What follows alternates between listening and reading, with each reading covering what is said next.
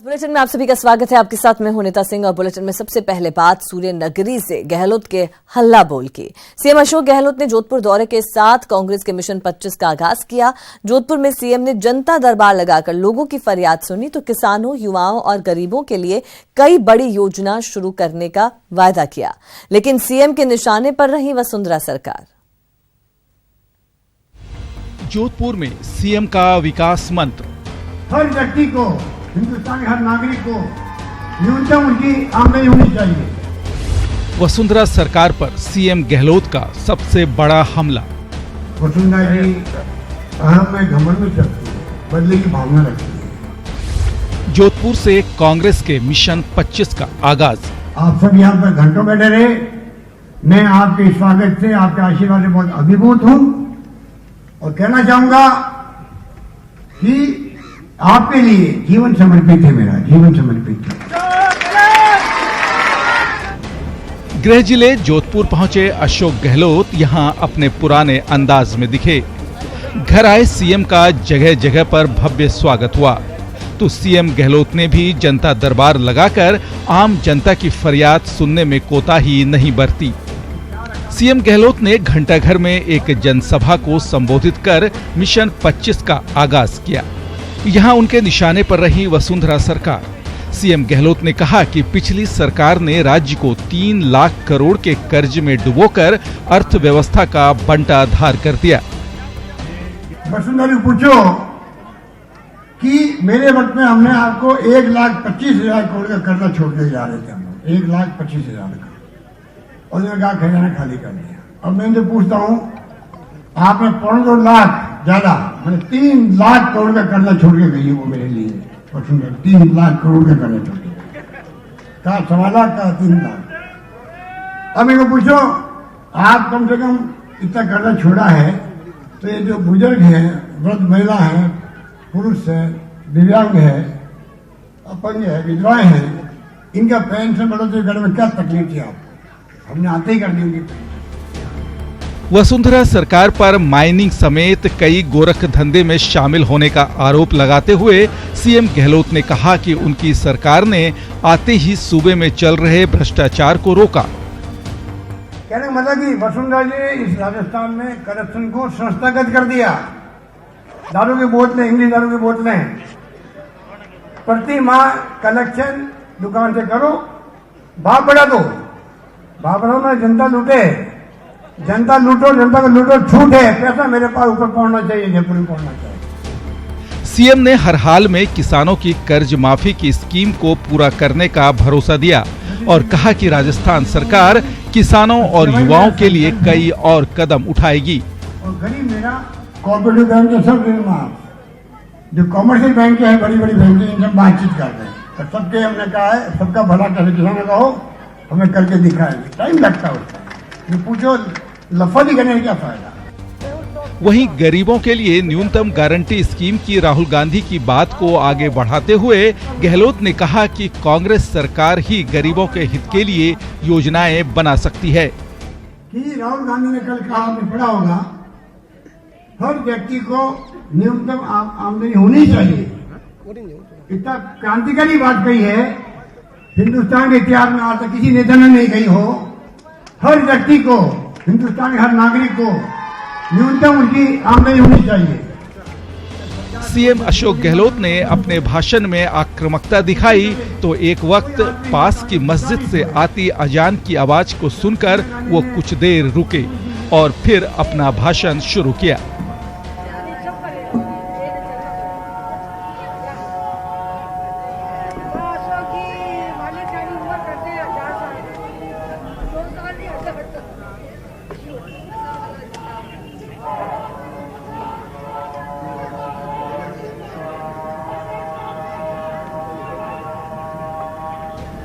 दिसंबर में राज्य की सत्ता मिलने के बाद सीएम गहलोत के सामने और बड़ी चुनौती है। 2 महीने के अंदर लोकसभा चुनाव का आगाज होने जा रहा है और सीएम गहलोत राजस्थान की 25 सीटें जीतकर दिल्ली में कांग्रेस को मजबूत करने की कोशिश में कोई कमी नहीं रखना चाहेंगे। न्यूज 18 राजस्थान के लिए जोधपुर से ललित सिंह की रिपोर्ट। राहुल गांधी का गेम चेंजर वादा सीएम गहलोत को भी रास आया है। उन्होंने इसे प्रदेश में भी लागू करने का भरोसा दिया है, लेकिन आखिर इस न्यूनतम आय गारंटी को लागू किया जा सकता है, देखिए इस रिपोर्ट में।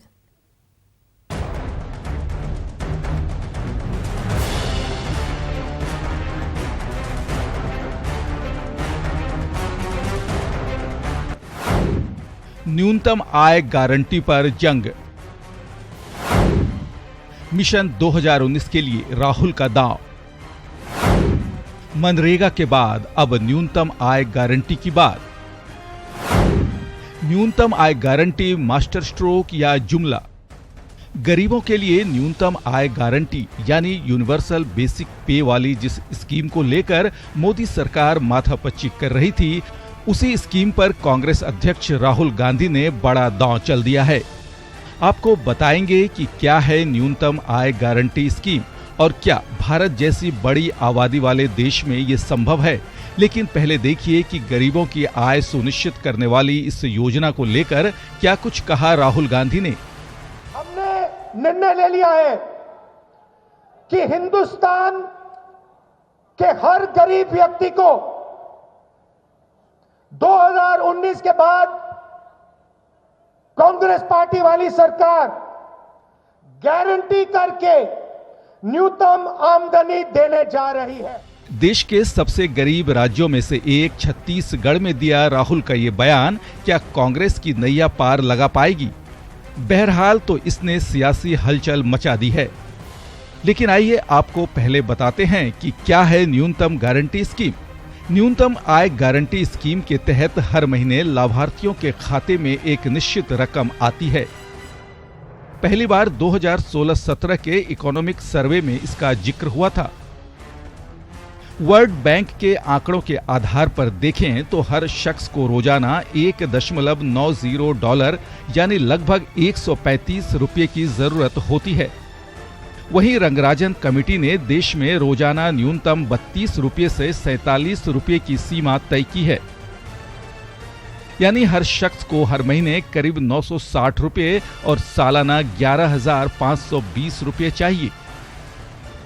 देश की 20% गरीब आबादी के मद्देनजर भी इस रकम का इंतजाम करना आसान नहीं होगा। 2017 में केंद्र की नरेंद्र मोदी सरकार में इस स्कीम को लेकर चर्चा हुई थी। अब बजट से ऐन पहले उम्मीद की जा रही है कि सरकार इस बारे में कुछ गंभीर फैसला ले। बहरहाल इतना तय है कि ग्रामीण अर्थव्यवस्था को मजबूती देने वाली मनरेगा की ही तरह न्यूनतम आय गारंटी स्कीम से ग्रामीण और शहरी गरीबी को खत्म करने में काफी मदद मिल सकती है। 2008 में मनरेगा लागू करने वाली मनमोहन सरकार का यह फैसला मास्टर स्ट्रोक साबित हुआ था और 2009 में यूपीए सरकार ने जबरदस्त वापसी की थी। खेती के संकट से जूझ रहे देश के किसानों के लिए ये स्कीम रामबाण साबित हो सकती है। तो क्या माना जाए कि राहुल गांधी ने 2019 का सबसे बड़ा मास्टर स्ट्रोक चल दिया है, लेकिन अभी केंद्र के पास भी पूरा मौका है। सरकार बजट में गरीबों के लिए जमीनी घोषणा कर इसकी भरपाई कर सकती है। Bureau report, news 18 network. विधानसभा चुनाव में मिली हार का गम भुलाकर बीजेपी अब आम चुनाव की तैयारी में जोर शोर से जुट गई है और सभी सीटों पर जीत के लिए खास रणनीति बनाई जा रही है। 2014 रिटर्न्स की हो रही है तैयारी। बीजेपी बना रही है खास रणनीति। कई सांसदों की उम्मीदवारी पर खतरा। लोकसभा उपचुनाव और विधानसभा में मिली हार के बाद बीजेपी के लिए आम चुनाव की जंग मुश्किल हो गई है। ऐसे में कयास लगाए जा रहे हैं कि पार्टी वैसे सांसदों का टिकट काट सकती है जिनकी जीत पर पार्टी को शक है। आइए आपको दिखाते हैं कि किन लोगों के टिकट पर संकट के बादल नजर आ रहे हैं।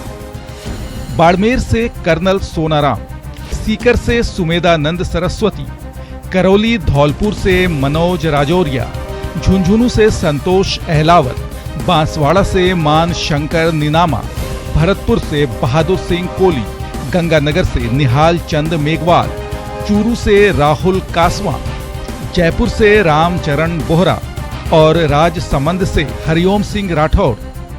8 से 10 सांसदों के टिकट पर संकट के बादल को लेकर प्रदेश अध्यक्ष मदन लाल सैनी का कहना है कि राजनीति में कोई स्थायी प्रत्याशी नहीं होता। राजनीति में कोई स्थायी प्रत्याशी नहीं होता है, सामान्य रूप से परिस्थितियां बदल जाती हैं। तो करीब 10 मौजूदा सांसदों के टिकट कटेंगे तो इतने ही नए लोगों को मौका भी मिलेगा। आइए आपको बताते हैं कि किसको कहां से टिकट मिलने की चर्चा हो रही है। टोंक सवाई माधोपुर से दिया कुमारी और राजसमंद से किरण माहेश्वरी के नाम पर चर्चा जोरों की चल रही है। प्रत्याशी बदलकर बीजेपी एक बार फिर सभी सीटों पर जीत की रणनीति बनाने में लगी है।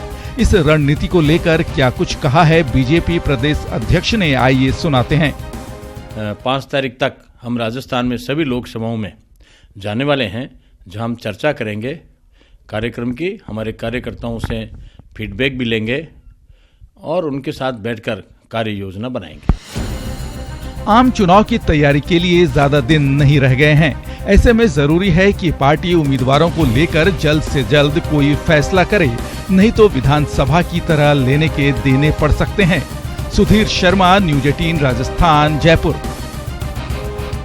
लोकसभा चुनाव में प्रत्याशियों को लेकर कांग्रेस अपने कार्यकर्ताओं से रायशुमारी करने में जुट गई है। इसी क्रम में आज कांग्रेस ने झुंझुनू में अपने प्रत्याशी के नाम तय करने को लेकर एक बैठक की। बैठक में कांग्रेस के राष्ट्रीय सचिव निजामुद्दीन काजी, प्रभारी मंत्री प्रसादी लाल मीणा मौजूद रहे।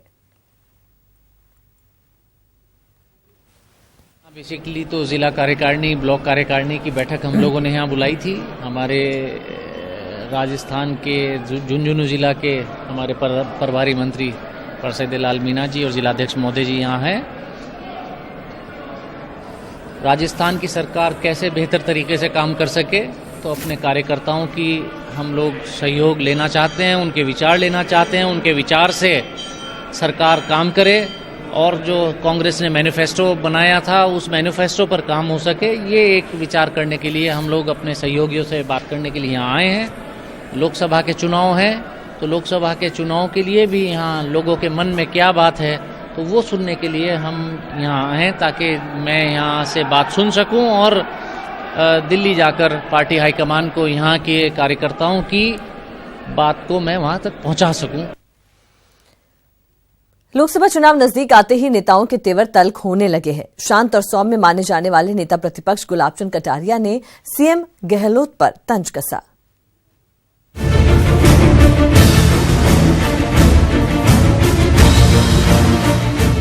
गहलोत सरकार ने आते ही किसानों के जख्मों पर कर्ज माफी के मरहम का ऐलान कर दिया, लेकिन गहलोत सरकार के खिलाफ बीजेपी का हल्ला बोल जारी है। अब नेता प्रतिपक्ष गुलाब चंद कटारिया ने जबरदस्त कटाक्ष किया है और कांग्रेस सरकार के इस मरहम को किसानों के लिए झांसा करार दिया है। आपने तुरंत फायदा उठाने के लिए कि 10 दिन में कर्जा माफ कर देंगे, तो गरीब आदमी ने सोचा कि मेरा जितना भी पैसा लिया हुआ है, सभी प्रकार का कर्जा, चाहे वो राष्ट्रीयकृत बैंक का है, चाहे भूमि विकास का है, चाहे अर्बन कोऑपरेटिव का है, चाहे सहकारिता का है, उसे माफ होने का लाभ मिलेगा। तो स्वाभाविक उसके मन में उस सरकार को लाने की एक इच्छा होती है। तो जब आप 10 दिन का कर्जा माफ कहा और अब आप बगले झाँप रहे हो 50 दिन में, तो इसका मतलब ये धोखा नहीं तो और क्या है। मंगलवार को भीलवाड़ा में कटारिया गए तो थे एबीवीपी के एक कार्यक्रम में शिरकत करने, लेकिन मंच पर पहुंचते ही तल्ख तेवर दिखाए। न सिर्फ कर्ज माफी को लेकर कांग्रेस पर करारा वार किया, बल्कि दावा किया कि राष्ट्रहित उनके लिए सर्वोपरि है और जो देश के लिए काम करेगा उसी के साथ वो खड़े रहेंगे। हमने किसी व्यक्ति की पूजा नहीं की, हम किसी व्यक्ति की नौकरी करने पैदा नहीं हुए। चाहे देश का प्रधानमंत्री नरेंद्र मोदी हो, चाहे कोई भी हो, हम उसकी चाकरी करने के लिए पैदा नहीं हुए। जो देश को आगे बढ़ाएगा उसकी मदद करेंगे, जो देश को रोकने का प्रयास करेगा उससे लड़ाई करेंगे। यही तो लड़ाई थी और क्या थी। आप जैसे जैसे लोकसभा चुनाव नजदीक आ रहे हैं, वैसे वैसे सियासी पार्टियां अपनी छवि चमकाने की कवायद तेज करती जा रही हैं। विधानसभा में बड़ी हार का बदला लोकसभा में लेने के लिए बीजेपी के नेता बयान पर बयान दिए जा रहे हैं और नेता प्रतिपक्ष का ये बयान भी हार के बाद जीत की रणनीति का एक हिस्से के तौर पर देखा जा रहा है। न्यूज 18 राजस्थान के लिए भीलवाड़ा से प्रमोद तिवारी की रिपोर्ट। गहलोत सरकार ने वसुंधरा काल में बीजेपी जिला कार्यालयों के लिए किए गए जमीन आवंटन की जांच शुरू कर दी है और इसके साथ ही जांच होने तक ऐसी जमीन पर आगे के निर्माण कार्य पर रोक लगा दी गई है।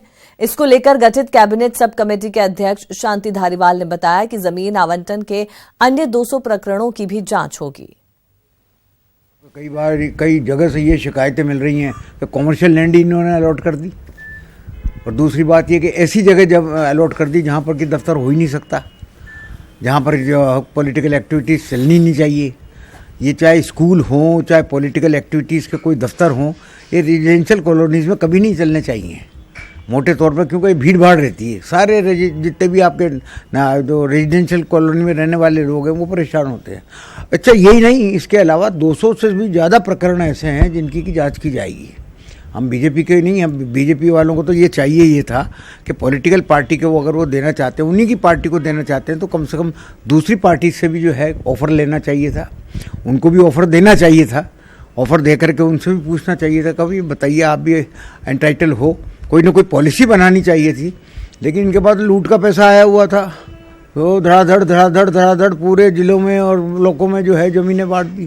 तो सबकी समीक्षा होगी। दिल्ली के तालकटोरा स्टेडियम में आयोजित कार्यक्रम परीक्षा पे चर्चा को प्रदेश के स्कूलों में भी दिखाया गया, जहां बोर्ड परीक्षाओं में शामिल होने जा रहे छात्रों ने पीएम मोदी को सुना और सराहा। खिलौने के टूटने से बचपन नहीं मरा करता है, एक आध एग्जाम में कुछ इधर उधर हो जाए तो जिंदगी ठहर नहीं जाती।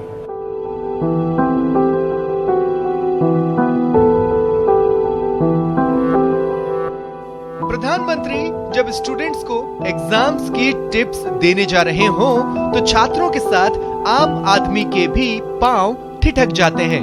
इसलिए मंगलवार को जब पीएम मोदी वीडियो कॉन्फ्रेंसिंग के जरिए दूर दराज के स्टूडेंट्स को सफलता का गुरु मंत्र दे रहे थे, तो न सिर्फ छात्र बल्कि पूरा देश फर्श से अर्श तक का सफर तय करने वाले शख्स को सुनने के लिए ठिठक गया।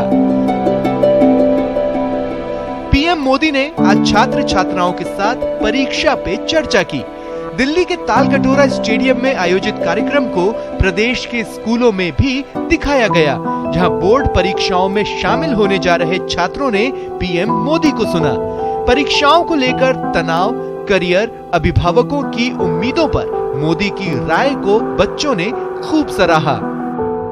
जैसा हम स्ट्रेस में थे कि हमें पता नहीं कैसा एग्ज़ाम होएगा कैसा नहीं होएगा, वैसे ही हम अब उस स्ट्रेस को निकाल देंगे। जैसे नरेंद्र मोदी जी ने बताया हमें कि हमें एंजॉय करके एकदम पढ़ाई करनी चाहिए, वैसे अगर हम करेंगे हमारे टाइम में तो ज़्यादा बेटर हो पाएगा। कि हमारे अगर कम मार्क्स आए तो हम आगे जाके असफल रहेंगे, बल्कि हमें ये सोचना चाहिए कि हम जितना पढ़ेंगे उससे के लिए हमारे लिए प्रॉफिट होगा, और हमें इस बात की बिल्कुल टेंशन नहीं लेनी चाहिए। माननीय नरेंद्र मोदी जी ने जो आज बच्चों को प्रेरणादायक जो संबोधन किया है, उससे बच्चे जो है कई बार टीचर से, पेरेंट्स से और परीक्षा के खौफ से बहुत ही भयभीत हो जाते हैं, तनाव से ग्रसित हो जाते हैं। तो उस तनाव से उनको मुक्ति मिलेगी और बच्चे उत्साह के साथ जो है अपने बोर्ड की तैयारी कर पाएंगे। पीएम मोदी की पाठशाला को लेकर कोचिंग सिटी कोटा में भी खासा उत्साह देखने को मिला। परीक्षा पर चर्चा के दौरान पीएम ने छात्रों को टाइम मैनेजमेंट से लेकर तनाव मुक्त रहने समेत कई टिप्स दिए। पीएम मोदी को सुनकर स्टूडेंट्स खासे प्रभावित हुए। जी बहुत अच्छा लगा है, इससे हमें काफ़ी प्रेरणा मिली है कि प्रधानमंत्री जी ने हमारे बारे में बात की है। हमारा भी परीक्षा का वक्त चल रहा है, तो इससे सुने कि हमें काफ़ी कुछ सीखने को मिला है और कॉन्फिडेंट बढ़ा है हमारा आगे एग्ज़ाम देने के लिए। बच्चे रुचि से सुन रहे हैं, क्योंकि उसमें थोड़ा उनको उन्हीं की तरह से समझाया जा रहा है, बच्चों की तरह से, कि जीवन में जो परीक्षा है उसको ज़्यादा उसके तनाव लेकर नहीं, उसको हंसते खेलते उसकी तैयारी करें। और किसी एक उन्होंने बताया कि अभी एक कविता के माध्यम से कि एक खिलौना टूटने से बचपन नहीं टूटता है, बचपन नहीं बिखरता है, बचपन का अंत नहीं होता है। उदयपुर के केंद्रीय विद्यालय के बच्चे भी प्रधानमंत्री से वीडियो कॉन्फ्रेंसिंग के जरिए जुड़े रहे। विद्यार्थियों ने आने वाले एग्जाम्स में सफलता को लेकर पीएम मोदी के दिए गए टिप्स को ध्यानपूर्वक सुना। मोदी जी ने ने बहुत ही अच्छे तरीके से बताया कि हम हमारे फ्यूचर के लिए कैसे डिसाइड कर सकते हैं कि हमें बड़े होके क्या बनना है, हमें अपना गोल कैसे सेट करना है। मोटिवेशनल और इंस्पिरेशनल स्पीच देके उन्होंने बहुत ही अच्छी तरह से आंसर्स दिए थे। बहुत अच्छा लगा उनका भाषण सुन के। पहली बात तो उनने हमें ये बताया कि प्रैक्टिकल नॉलेज, मतलब आजकल हम लोग थ्योरी में लगे रहते हैं जिससे कोई मतलब नहीं है, जैसे रट्टा आज पढ़ा कल भूल जाएंगे, उसका कोई सेंस नहीं है। उनने हमें ये बताया कि हम प्रैक्टिकल नॉलेज को कैसे, कितनी इम्पोर्टेंट है वो हमारे लिए। जिस दौर में स्कूल बैग का बोझ बढ़ता जा रहा हो, पढ़ाई बच्चों से उनका बचपन छीन रही हो और इम्तिहान में नाकाम होने पर छात्र मौत को गले लगाने से नहीं हिचक रहे हो, वैसे दौर में पीएम मोदी की पहल का महत्व बढ़ जाता है। सच कसौटी कसने के लिए है, कोसने के लिए नहीं। न्यूज़ 18 राजस्थान के लिए बाबूलाल, शाकिर और सतीश की रिपोर्ट। गहलोत सरकार को पीएम मोदी की पाठशाला रास नहीं आई। शिक्षा राज्य मंत्री गोविंद सिंह डोटासरा ने कहा कि पीएम मोदी की परीक्षा पे चर्चा में राजनीतिक एजेंडा छुपा था। उन्होंने सवाल उठाया कि कैसे एक शख्स हर विषय का विशेषज्ञ हो सकता है। इसके अलावा उन्होंने कहा कि मोदी सरकार शिक्षा तंत्र को सुधारने में विफल रही है। मेरा ये मानना है कि एक व्यक्ति कोई भी इतना बड़ा सक्षम नहीं है कि वो हर विषय के ऊपर, कृषि पे भी वो ज्ञान दे रहे हैं, मतलब शिक्षा पे भी वो ज्ञान दे रहे हैं, परीक्षा पे भी दे रहे हैं, आत्महत्या नहीं करें, बच्चे तनाव से मुक्त हो जाएं, उस पर भी वो ज्ञान दे रहे हैं, योगा पे भी वो ज्ञान दे रहे हैं, और पता नहीं क्या क्या किस किस तरीके से हर विषय के ऊपर ज्ञान दे रहे हैं। तो मेरा ये मानना है जो अच्छी बात होती है उसको तो लोग ग्रहण करते हैं, लेकिन आज तक जो ट्रेंड चला है प्रधानमंत्री जी का, तो उसमें यही है कि वो अपने छुपे हुए राजनीतिक एजेंडे के तहत ही ज़्यादा काम करते हैं। जबकि केंद्रीय मंत्री राज्यवर्धन सिंह राठौड़ का आज जन्मदिन है। इस मौके पर सुबह से ही उनके समर्थक और शुभचिंतक उन्हें शुभकामनाएं दे रहे हैं। वहीं केंद्रीय मंत्री शुभकामनाओं पर आभार जताया। राज्यवर्धन सिंह राठौड़ जन्मदिन के मौके पर जम्वा रामगढ़ जम्वाई माता मंदिर पहुंचे और इस दौरान उनकी पत्नी भी उनके साथ रही। वहीं पुजारी ने पूरे विधि विधान के साथ पूजा अर्चना करवाई। पूजा के बाद उनके लिए मंदिर परिसर में आयोजित हवन में भी उन्होंने हिस्सा लिया और इसके बाद उनका सम्मान समारोह आयोजित किया गया, जिसमें स्थानीय लोगों ने उनको फूल माला पहनाकर और साफा पहनाकर जन्मदिन की बधाई दी।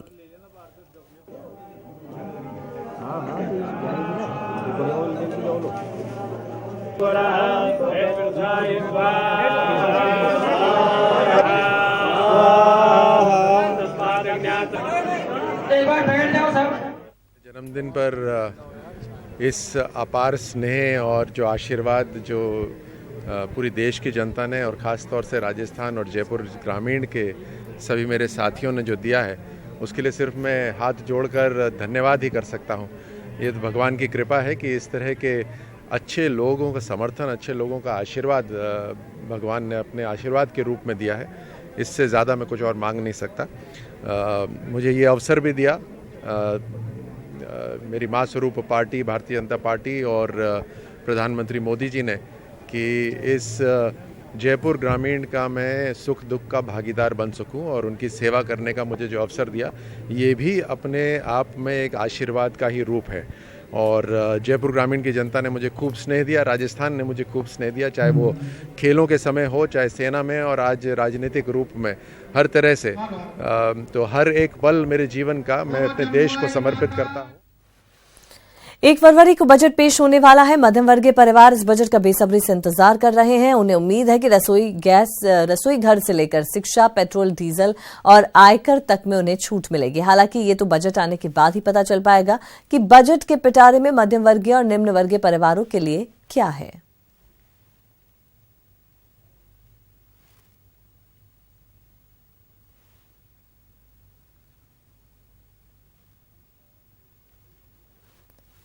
और वहीं बजट को लेकर क्या कुछ उम्मीदें हैं एक परिवार की, और इस परिवार से बात की हमारे संवाददाता आसिफ खान ने। 1 फरवरी को बजट आना है और इस बजट से हर परिवार को काफी उम्मीदें हैं। लोग इंतजार कर रहे हैं कि इस बजट के अंदर उन्हें काफी राहतें मिलेंगी। इसी के मद्देनजर हम एक मिडिल क्लास फैमिली में पहुंचे हैं जयपुर की, और उनसे जानने की कोशिश करते हैं कि आखिर इस परिवार को सरकार के बजट से क्या क्या उम्मीदें हैं और कितनी राहतों का वो इंतजार कर रहे हैं। हमें सरकार से यही उम्मीदें हैं कि जैसे मैं तो किचन में रहती हूँ, तो दाल है, चीनी, घी, गैस सिलेंडर को देख लो आप, सारी चीज़ें महंगी है, तो गृहिणी करे क्या। और बच्चों की एजुकेशन के लिए देख लो आप, सब कुछ महंगा है। तो आप क्या चाहेंगी कि सरकार किस फील्ड के अंदर आपको राहत दे? मैं तो सरकार से यही कहती हूँ कि किचन में हमारे जो सामान है वो भी थोड़े सस्ते हो, बच्चों के एजुकेशन के लिए, और भी कई चीज़ें हैं बच्चों के। कि बजट में किस तरह की जो है वो आपको सरकार राहत दे?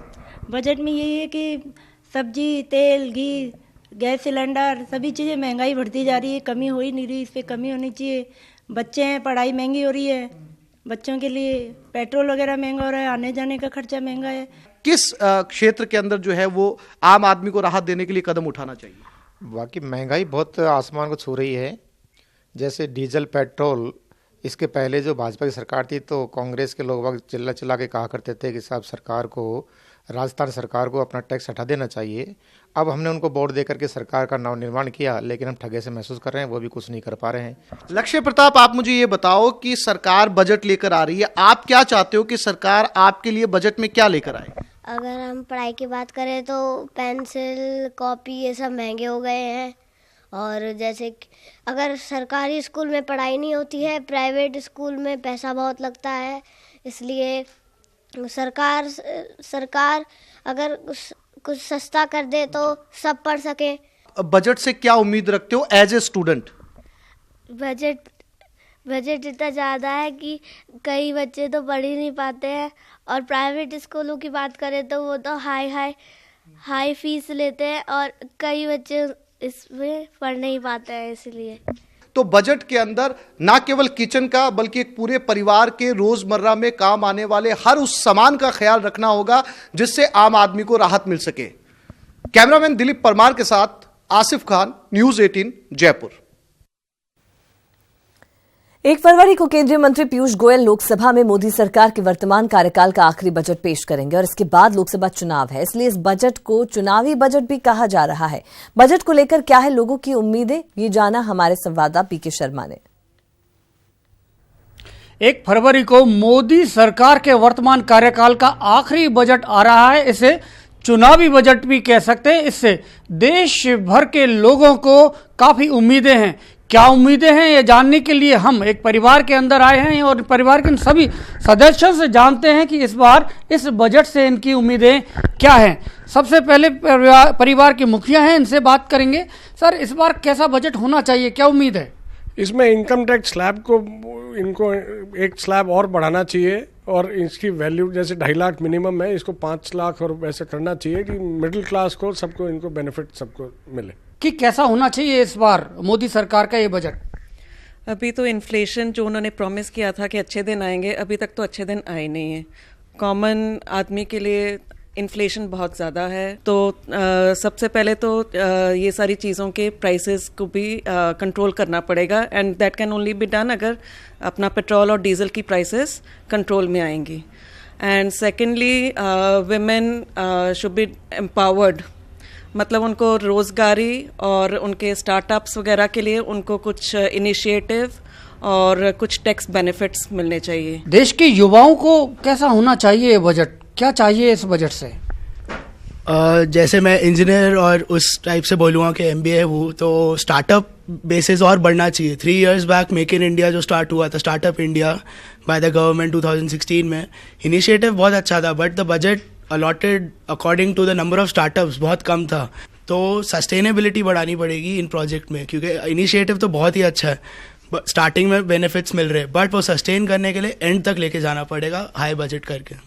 तो किस तरह का बजट होना चाहिए आपके उम्मीदों के अनुसार? मोदी जी ने वादा किया था कि अच्छे दिन आएंगे, लेकिन मुझे नहीं लगता कि कोई अच्छे दिन आए हैं। इनफैक्ट चीज़ें महंगी ही हुई हैं, चाहे आप खाने पीने की ले लो, लेडीज़ के कॉस्मेटिक्स प्रोडक्ट्स ले लो, या रोज़मर्रा की चीज़ों से ऐसा लगता नहीं है। तो मैं चाहती हूँ कि अब जो नया बजट आए तो थोड़ा सा उनको इस बात का ध्यान रखना चाहिए, जो लेडीज़ की चीज़ें हैं या खाने पीने का सामान है उसमें वो कृपया ध्यान रखें। तो ये परिवार के सदस्य हैं, इनकी अलग अलग उम्मीदें हैं और ये उम्मीदें इस बार बजट में कितनी पूरी होती हैं इसके लिए 1 फरवरी तक का इंतजार करना पड़ेगा।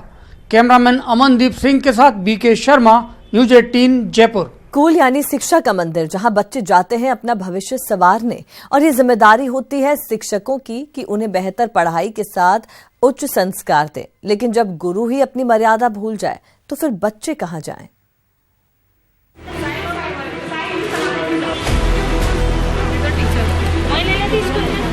कोटा के कैथुनीपोल थाना में अपनी शिकायत दर्ज कराती है महिला। गुमानपुरा सरकारी स्कूल में पढ़ाती है।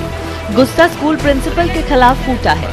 शिक्षिका का आरोप है कि स्कूल का प्रिंसिपल अभद्र भाषा का इस्तेमाल करता है और शिकायत करने पर धमकाता है। ना कई बार मतलब आवाज उठाई, ना तो वो 24 घंटे तो मोबाइल पे बातें करना, कोई क्लास नहीं लेता, ना कोई पढ़ाता है स्कूल के अंदर। मैंने ना मर्डर के केस में जेल में लेके आया, मतलब ऐसे धमकियां दे रहे और आप मेरे से वो मत करना मैडम, इनके चक्कर में मत आना, मैं ना अपनी औकात दिखा दूंगा, आप भूल जाओगी। इससे पहले स्कूल में प्रधानाध्यापक और शिक्षिका के बीच जमकर हंगामा हुआ। हंगामे के बीच छात्रों ने परिजनों को बुला लिया।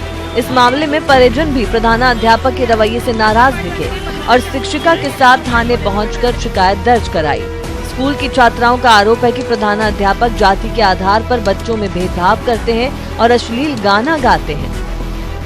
अरे ना बार बार के बच्चों से बोलते हैं तुम्हारे लिए तो ना गाड़ी मंगवाओ, 8.5 क्लास के बच्चों को मरवाऊंगा। मेमो के लिए भी ऐसे सर बोलते भड़काते रहते तो बच्चों को ऐसे ये कृष्ण मुराली सर और सोईता मैम ये सब ऐसे ही बोल देते थे बच्चों के बारे में, कहना है तुम तो ऐसे रहोगे पढ़ोगे लिखोगे नहीं, और हमको पढ़ाती भी नहीं मैम। लोग बड़ी उम्मीद के साथ अपने बच्चों को पढ़ने के लिए स्कूल भेजते हैं, लेकिन जब स्कूल के प्रधानाध्यापक पर ही गलत हरकतें करने का आरोप है, उस स्कूल में बच्चों का भविष्य कैसे संवरेगा?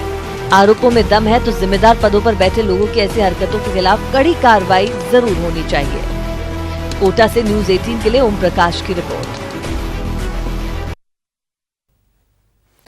रिश्वतखोरी के मामले में एसीबी के शिकंजे में फंसा आईआरएस सहीराम मीणा जमीनों के मामले में सबसे बड़ा भूमाफिया है।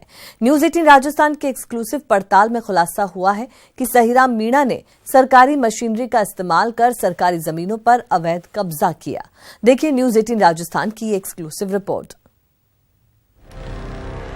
क्या आपने सुना है कि सरकारी अधिकारी पत्नी के प्रेम में भूमाफिया बन गया हो? सवाल चौंकाने वाला जरूर है, लेकिन एसीबी के शिकंजे में फंसा आईआरएस सहीराम मीणा तो भूमाफिया निकला। सरकारी कुर्सी पर बैठकर एक के बाद एक कई अवैध कब्जे किए और अपनी पत्नी प्रेमलता के नाम पर प्रेम पैराडाइज बना डाला।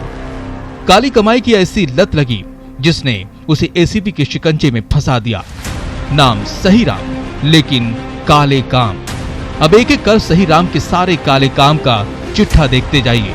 न्यूज़ 18 राजस्थान ने जब सहीराम के गलत पन्नों को पलटा तो सबसे चौंकाने वाला खुलासा सामने आया। काली कमाई का कुबेर निकला सहीराम मीणा।